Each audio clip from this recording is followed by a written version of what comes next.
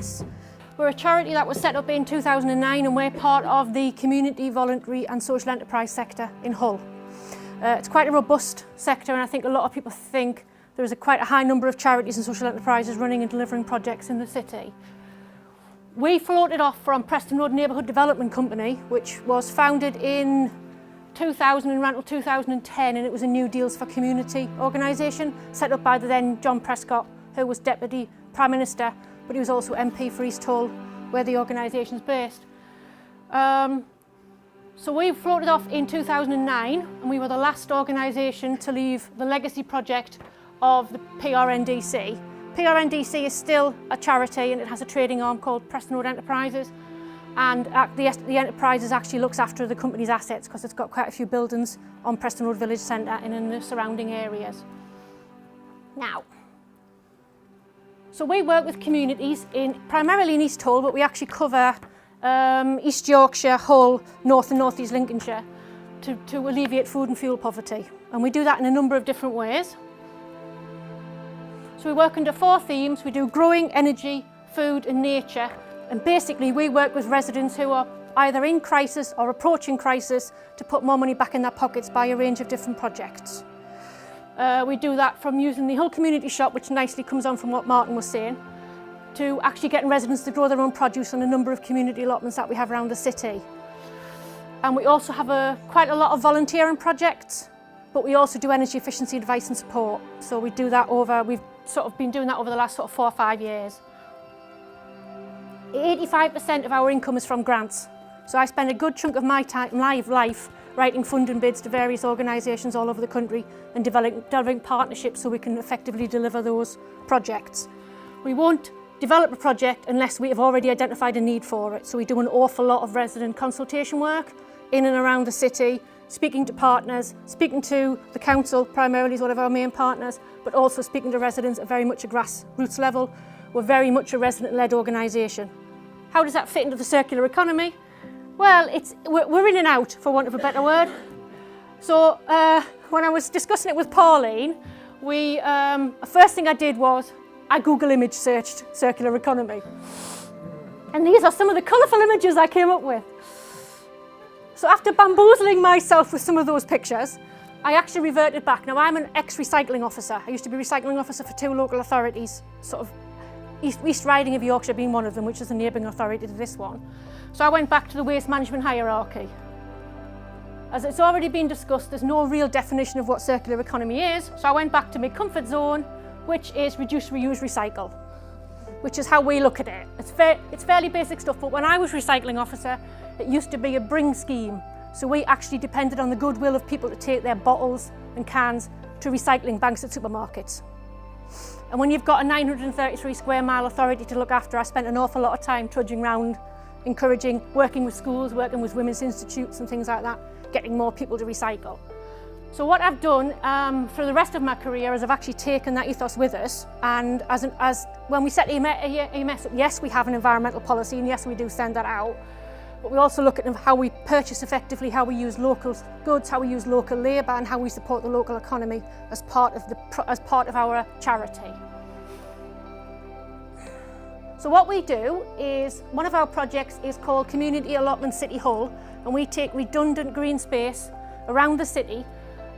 We've got 4 community allotment sites at the moment. 3 of them are on local authority land and 1 of them's on a charity land, and we turn that into community allotment sites.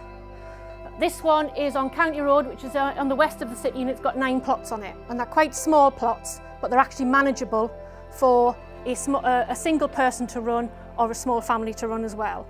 If anybody's seen any of the council allotment sites, they're quite big and they require quite a commitment to actually do a lot of people are retired and things like that as well. So this gives residents the opportunity who may have minimal amount of time to actually grow their own produce.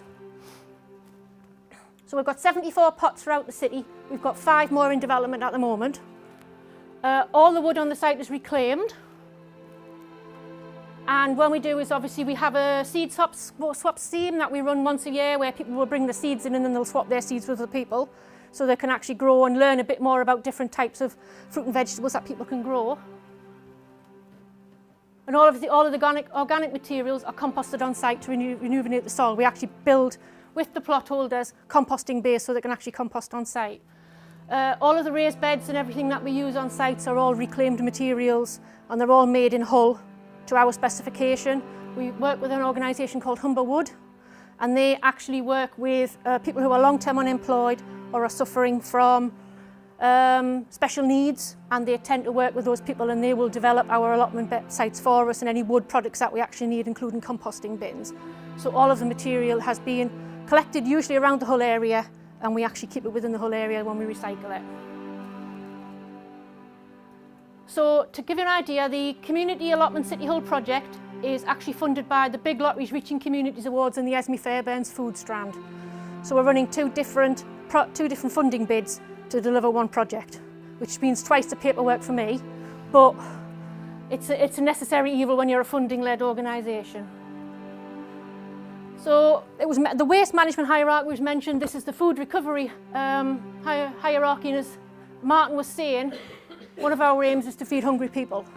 So we work with a lot of people who probably can't afford to do a weekly shop in your Morrisons, and as Martin said, probably can't afford to do a weekly shop in Aldi or Lidl as well, which are the lower end scale of the shopping. We also do cooking on a budget sessions. So what we have learned as part of our food development programmes is that some residents don't have the necessary skills to cook. They're not learning it at school, they're not learning it from their parents or their grandparents. So we're actually working with families to teach them how to cook a meal, and it's a one-pot meal made in 30 minutes, and it will feed a family of 4 for about £3. So all of that, so we use local produce that's grown on the allotment sites and it's been donated to us, or we go to some of the Aldis and the Lidls of this world and actually show people how much it costs to do a pot of meal. And these are some of the children at Woodland Primary School actually learning how to cook with their families. And when we've done a session, everybody sits down at a trestle table and actually eats the meal as a group. So it's sort of all about reducing social isolation and bringing people closer together, but also about learning some social skills. And Cooking on a Budget is actually funded by 4 different organisations. The main one being Children in Need, because we do holiday hunger over the summer holidays. So when I say holiday hunger, a percentage of children attending schools in Hull get free school meals, and they don't get access to those free school meals during summer holidays, and their parents might not necessarily be able to afford to feed them. So we do programmes over the summer with a number of other charities in the city that we actually give them a hot meal, but they'll actually cook it themselves, so we do make them work for it. We tend to attach it to things like the Rovers Trust, where they've been learning about rugby and things as well, and we also work with Hull Kingston Rovers, and we work with Child Dynamics, and they'll do a sort of learning how to ride a bike and scootering, and then they'll come along and have a meal afterwards as well. So it's a bit of exercise, a bit of socialisation, and then they'll cook a meal and then they'll sit down and eat it as well. So, and we get a lot of them saying, "No, I'm not eating that, it's got green beans in it," and then they'll actually eat it and quite enjoy it. And some children we work with might not necessarily actually know what a green bean is. We still get people asking us what this is, and it's a parsnip.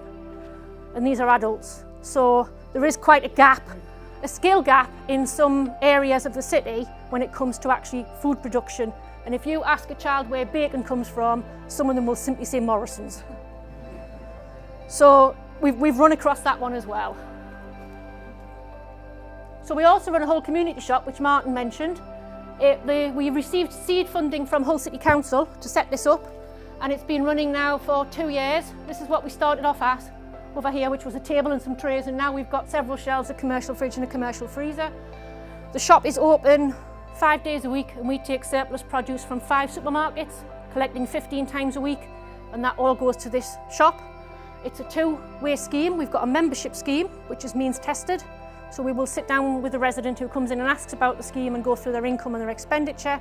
And if their expenditure exceeds their income, they will be classed as what we sort of is in food poverty. And they are entitled to what I call the tins and the bins. So they'll have tins, and we've got a whole road of bins here that have got things like pasta, rice. So that's all, this is all donated produce. We haven't actually purchased any of the produce, it's all donated. And they'll get 4 tins for £1, and then 4 items from larger items from the bins for £1 as well. Anything on the shelves is available for anybody that comes in for a donation. And we use the donation to buy additional products, tins. We also buy things like sanitary ware and stuff, because feminine hygiene, poverty, and just general Hygiene poverty are an issue as well, one of the hidden issues. We've got families that are using the shop that are making a decision to feed their children or feed themselves or heat their homes and feed themselves. So it could be quite crisis point when they come into the shop. Again, it's open to anybody, so anybody can come in and for a donation help themselves to anything from the shelves, and everything that comes on the shelves is donated. We take fresh produce, we take chilled produce, we take frozen produce, and we take ambient produce as well. It's all dated as it comes in. We also provide food to 2 other community centres and a children's centre. So we actually donate that food that is donated to us out. And so what we've got is, we said we were set up for about 20 members. That was what we realistically thought we could deliver. It took us 6 months just to get Marks and Spencer's on board to give us their surplus produce. And I think we've got, like I said, 5 supermarkets now and a 6th one coming online in January. And we actually have 103 members that access the shop. About 100 people come in the shop a week, that's members and non-members, to access the shop. We had a big spread in the whole Daily Mail last weekend about the shop and about some of the work that we do. And as a result of that, we've had more people have asked to volunteer, more people donate food, but also more people want to sign up for membership. So it's a bit of a cross-edged sword. We've got a lot of people who have been, for whatever reason, struggling with the benefit system. They've been sanctioned, or they've come out of prison, or they're recovering addicts. And anybody can sign up for the shop. We don't question why they've come to the shop. We just help them with the need to feed, so to speak. We also do, in partnership with the Freedom Centre, which is funded by the big lottery, a ready meals project. So what we do is we take donated food, in some cases, fresh produce as well, and have a food supplier, and we generate ready meals. It's been going since the 1st of August. It says 75 in there. We've actually got 83 members now that have signed up for the scheme. The ready meals will feed up to a family of 4 and they cost £2 a go, and anybody can join that scheme. That was the lottery were very specific. It wouldn't be means tested. It was very much open to anybody. This is the first fridge. So we've got a fridge in our office, but we're going to have another 9 community fridges around East Hull, and we're actually going to be distributing ready meals and food to those fridges, and they are going to be available at a much more local level, so people don't have to travel to us to get to them. We're doing this because we're all about getting residents to sort of look at how they make food, look at their relationship with food, but also about reducing their carbon footprint as well, about travelling, getting residents to grow, so again it reduces their carbon footprint. The community allotments are local, so they're within walking distance of the residents' homes. If we've got a site, we may well look at 2 neighbourhoods for those. We've got one site in Medina where the residents back onto the site. So they'll open their back garden gate and they're actually straight onto their allotment site. So it's very much all about socialising, reducing isolation, getting people exercising and getting people's relationship with food better and understanding about food growing. And what they do is, what they tend to do now is we get a lot of allotment holders will donate produce to the shop. So they'll grow it and they'll give it to us and then we will give it to residents in need. We have very little waste from the shop, but if we do generate any waste, we tend to compost it through some of the allotment sites, or we compost it in our own community garden, which is behind our offices. We also do grounds maintenance and environmental education. This is a bat box here. Again, that's all recycled material and all made to our specific design.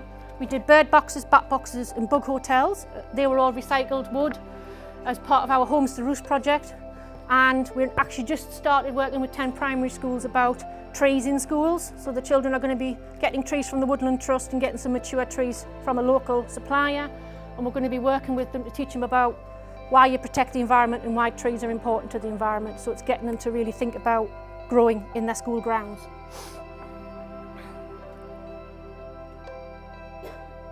As I said, we do energy efficiency advice and support. Over the last few years, we've fitted 500 energy monitors to residents' homes. They're primarily electric energy monitors. They're battery operated, but they show electricity because electricity is much more expensive than gas. And it gives residents an idea of how expensive it is to run the house. So how much to leave the lights on, because obviously it says here that a lot of people will leave stuff on standby thinking it actually doesn't generate doesn't generate money, but it does, so people have to pay for that. And if you're already struggling to heat your house, you're going to be even more struggling if you're actually in it. As you can see, there's 2.6 million houses in England that are in fuel poverty. So that equates to 11% of households in the whole of the UK. So it's basic advice that we give to people, but it also is the type of house they've got. I mean, actually the City Council's been really good. They've been re-rendering a lot of houses and making them much more energy efficient on Preston Road, or knocking inefficient houses down and actually making new ones in partnership with social landlords. So it does make it a bit easier to be more energy efficient. But we've still got a lot of people with utility debts. We've got a lot of people who have payment meters, and if you've got a debt and you put £10 on your payment meter, they'll take £2 off automatically for your debt. So you're only actually getting £8 of usage. So we've got a lot of people who are in emergency credit all the time. So we get a lot of U-switching, which is changing utility providers, getting residents onto direct debit and getting residents onto proper meters, so it actually makes it cheaper for them in the long run. So, I mentioned the voluntary community and social enterprise sector in Hull. This is the strategy that was designed in 2016, and I'm part of the liaison group that actually delivered this. To give you an idea, so we've got 472 registered charities in Hull, and of that gives you the idea of what the revenue is from the charities that benefit solely in the Hull area. Now, Hull's not a large city in comparison to some of the other cities in the country. So that is the revenue for charities that benefit Hull and the East Riding, which is the neighbouring authority, which is primarily middle class and quite rural in areas as well. And then if you include Lincolnshire as well, it just gives you an idea of how much revenue the voluntary sector brings into the authority, and how many projects can be delivered with that money. And actually, as an organisation ourselves, we've generated 1.63 million since 2009, and we're actually, when I say EMS, we're a micro charity. We've actually got 3 full-time staff and 2 part-time staff. That's what we run on, and lots of volunteers. And this is the actual document I've got this information from. So there's 486 charities registered, 333 don't actually employ any staff.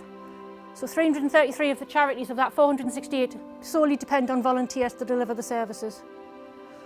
I mean, we're fortunate at EMS that we've got paid staff, but we've also got a number of volunteers as well. If you're dependent solely on volunteers, it can be quite difficult. So there we are, we've got 3,646 full-time equivalent posts within the charity sector of Hull. And 3 charities in Hull employ more than 200 members. Now I know 2 of them, I can't think what the 3rd one is. And that gives you just an idea of the breakdown of the covers. So I said about volunteering. So does anybody here volunteer? For me, yes. Right, so they've got quite a good percentage of people in the audience that volunteer. So 14.2 million people volunteer at least once a month in the UK. So it's a very vibrant network, and since 2014 we've had over 6,500 hours of volunteer time through our company, which gives you an idea of how we can deliver projects, because we do rely on quite a lot of volunteers, and that's equivalent of about £80,000 coming into the company just by volunteers alone. So we actually do work with our volunteers to give them a development plan. We look at various training that we provided with them. We've trained some of our volunteers in horticultural, and they've actually gone on to get employment that way. We also pay travel expenses, so that is a big stumbling block for people who are trying to get around the city, because public transport is not cheap. And if they actually can't afford it, we will pay their travel and expenses to do that, and we will provide lunch and refreshments for our volunteers. And we do have trips, social events and various award ceremonies that we have as well. We like to think that the volunteers feel valued within the organisation, so we do a lot of work with that. We also do quite a lot of partnership work, where we actually have some of our volunteers will deliver projects for somebody else, and we will take some of their volunteers as well, so do quite a lot of vice versa. And obviously you may well all know about the benefits of volunteering. We get new skills, if they're actually part of our cooking on a budget, they get a free meal at the end of it. You feel like you're giving something back to your community. We get free training opportunity, and there's a new funding bid just come out with the late Joe Cox Foundation and the Big Lottery about reducing social isolation, and we've just applied to do community cooking, because we do a lot of cooking on a budget sessions, but we also do quite a lot of partnership cooking. We had what we call Feast in the East a few weeks ago, which was a prelude to the Freedom Festival. So we have the Freedom Festival on the weekend in September, and the Freedom Festival on the Sunday fed 750 people, all with local produce. So it was all done. So we had a feast in the east outside of our office where we fed 75 people, and the Time Bank team came in and actually fed another 125 people, all with local produce. But it's quite an undertaking to get people to sign up for that. There's we've got a lot of allotments in the city, we've got a lot of agricultural land around the city as well. But again, it's quite time consuming to do that. What we're looking to do is take cooking to neighbourhoods. So we want to be able to go out, set up, and get people to come along and give us a hand cooking with the idea of that to socialise with their neighbours. I read a report recently and they said something like 73% of people don't know what their neighbours' names are, me included. So it's all about getting people to socialise together. And I did make an effort to find out what my neighbours' names were after that. I've only lived in my house 20 years. What did you expect? So we're all about getting people sort of working together, getting people to volunteer for us, but actually acknowledging the hard work of the volunteers. We're all about, as an organisation itself, we do have a recycling policy. We do purchase from recycled materials. We do recycle everything that goes through our organisation. We do lease stuff instead of buying it ourselves. So we are trying to link into the circular economy. But we're very much volunteer-led, and as we're actually dealing with people with crisis, sometimes recycling is low down on the list of options or list of priorities.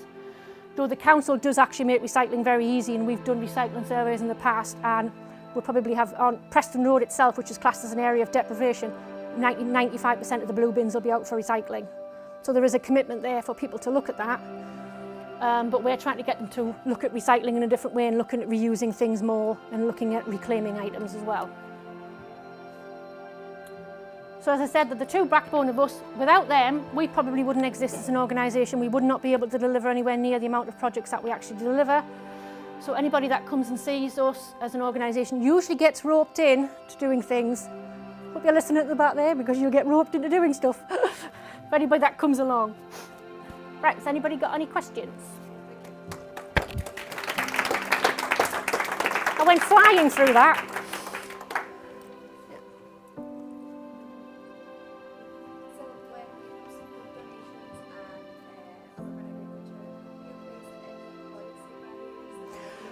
Oh yes, we're in the middle of one at the moment. We are registered with the Council Environmental Health as a food organisation, so we do get inspected. We've just hired a chef as part of the food project, so the Environmental Health will be coming and inspecting separately, because we use our neighbouring community centre's kitchen when they're not using it. So it's classed as a whole separate entity, so they'll come and inspect it. And we've had trading standards in looking at the labelling for our ready meals and actually give us a big load of, we'd already put on ingredients, allergens, when it was generated, when you needed to eat by, and how you cooked it. But there are actually a big long list of other things that we need to add on there as well, so we're in the process of doing that. We also are generating a book of all allergens, because sometimes we get loose products as well as wrapped in the ambient, so we'll get croissants and we'll get donuts and things like that, all the naughty stuff. And we now have a book with all the ingredients and all of the allergens per product, with a photograph of that product per organisation. So the one that we get from Sainsbury's will probably be different from the one that we get from Tesco's. So if anybody has any allergens and want to ask, we've actually got that information available, but we've literally just started pulling all that together. Connected to this question, for that in Italy we have a lot of legal barriers in this case. You said before that you collect surpluses from... Yes. But what do you mean for surpluses? Because if it is a product that ended the shelf life... Yes. Is a product that ended the shelf life? It's usually within a day of us ending the shelf life. So we get a lot of fresh produce. So it's because we'll pick it up in the morning and it's usually out of the shop by 11 o'clock. So it's quite a quick turnaround. We have obviously slightly longer with things like fruit and vegetables. We do take chilled products, but we tend to take chilled products from, for instance, Marks and Spencer's. If the box gets damaged in some way, Marks and Spencer's will ring us up and say, yes, yeah, take it all. It's still in date. It's still in date. Yeah, take it all because we can't display that box as Marks and Spencer's. So it could be a fortnight in date still, and then we will put it in the fridge and it will go out as on the membership scheme. But yeah, we log everything as it comes in. Same with the freezer, we log everything in, that's in our freezer as well. But stuff doesn't usually stay in the shop long enough for it to go sort of anywhere past its sell-by date. We'll have them Tuesday's our busiest day. We will have people queuing out the door at 9 o'clock on a Tuesday morning waiting for the shop to open. One question, in the Netherlands we see a growing number of repair shops or repair community-based cafes or whatever. Yeah. And actually it came from the UK. Yes. Would this also fit in with It links quite well with it actually. I mean, we're not sort of running it. We are working with other organisations who are looking to do community cafes. They already do sort of community meals and community cooking sessions and more like friendship groups where they'll get a meal as well. But the setting up of a kitchen or a cafe in a community centre is quite an undertaking and it's quite labour intensive. Just sort of, it took us 6 months to go through the rigmarole of getting us a first supplier for the shop. I mean, now we're fortunate that people will ring us and say, we've got this, can you take it?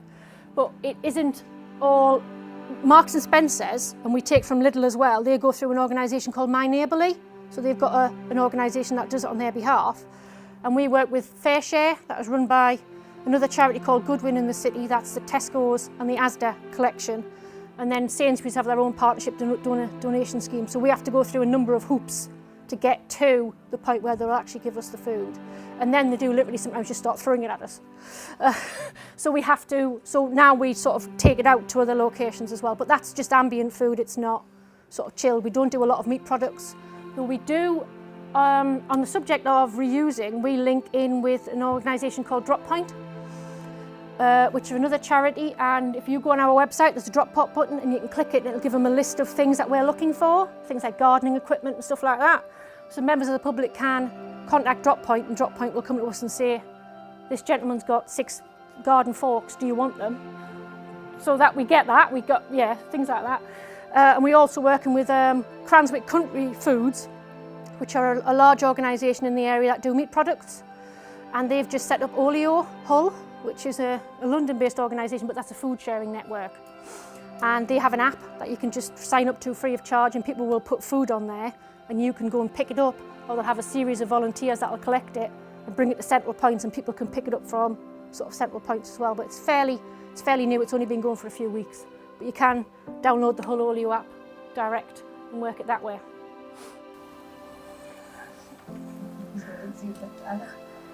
Yeah, I was wondering because the services that we provide are quite vital, and if you would be like simply or like in Switzerland, for instance, would be taken over by the state.